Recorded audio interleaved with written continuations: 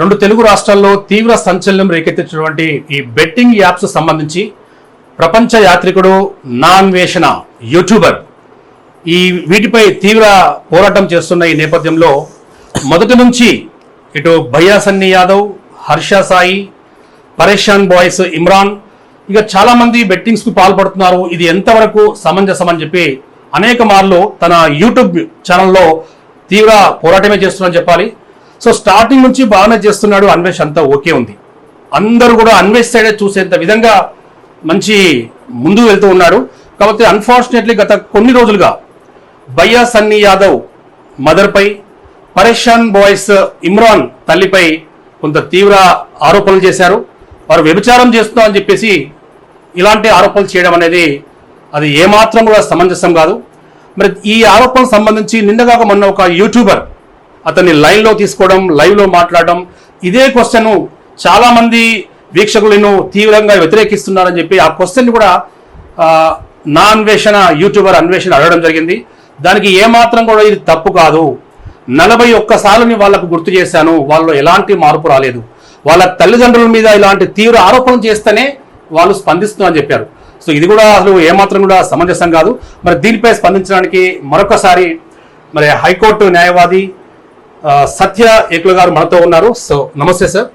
మరి నా అన్వేషణ యూట్యూబ్ మీద ప్రపంచ యాత్రికుడు అతను చేసే బెట్టింగ్ యాప్స్ మీద బాగానే ఉంది.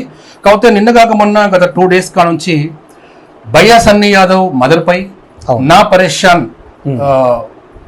ఇమ్రాన్ మదర్పై కూడా తీవ్ర సంచలనం చేశారు. వాళ్ళు వ్యభిచారం చేస్తున్న మాట అన్నారు. ఇది ఏమాత్రం సమంజసం కాదు. మరి దీనికి సంబంధించి అన్వేష్ కూడా కేసులు పెట్టడానికి చాలా మంది సిద్ధపడుతూ ఉన్నారు. సో దీనిపై మీరు ఏమంటారు? చాలా మంచి క్వశ్చన్ అడిగారండి. ముందుగా జై స్వరాజ్య టీవీ ప్రేక్షకులందరికీ నా నమస్కారములు.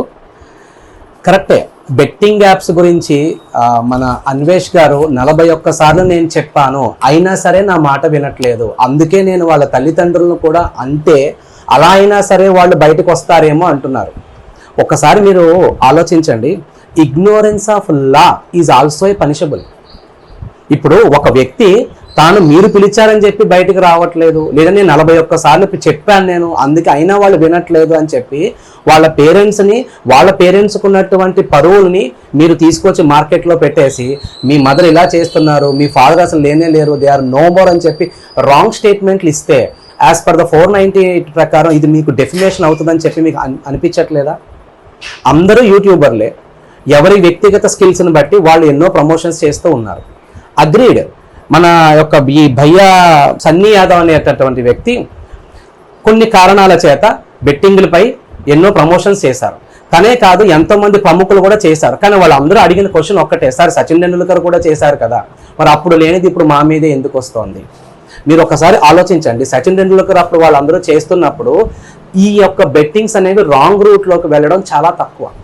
ఎప్పుడైతే ఈ బెట్టింగ్ యాప్స్ వల్ల మనుషులు కంప్లీట్గా వాళ్ళ యొక్క జీవితాలను సైతం పణంగా పెట్టేసి భార్యలని పిల్లల్ని కూడా వాళ్ళు అమ్ముకుని ఇళ్ళు, బంగారం, తాళిబొట్లు కూడా అమ్ముకుని బెట్టింగ్లకి వ్యసనం అయిపోతున్నారో అప్పుడు ప్రముఖులందరూ ఆగిపోయారు.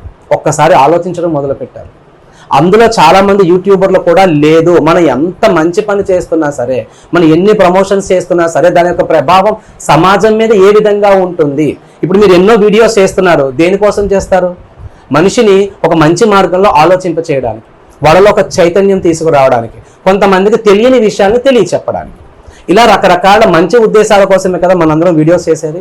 మరి అది మీరు బేస్ చేసుకుని తన తల్లిదండ్రుల మీద మీరు వ్యభిచారం చేస్తున్నారని, తన ఫాదర్ నో మోర్ అని చెప్పి మీరు ఇటువంటి రాంగ్ స్టేట్మెంట్లు ఇవ్వడం అనేది మీకు అంత మంచిది కాదని నేను మీకు ఈ మీడియా ద్వారా చెప్పాలనుకుంటున్నాను. అదేవిధంగా సరే, హర్ష సాయి లాంటి వాళ్ళు చేశారు, మళ్ళీ ఇంకెప్పుడూ చేయము, మాకు ఇంత పరిణామం ఉంటుందని మాకు తెలియదని కొంతమంది రియలైజ్ అయ్యారు.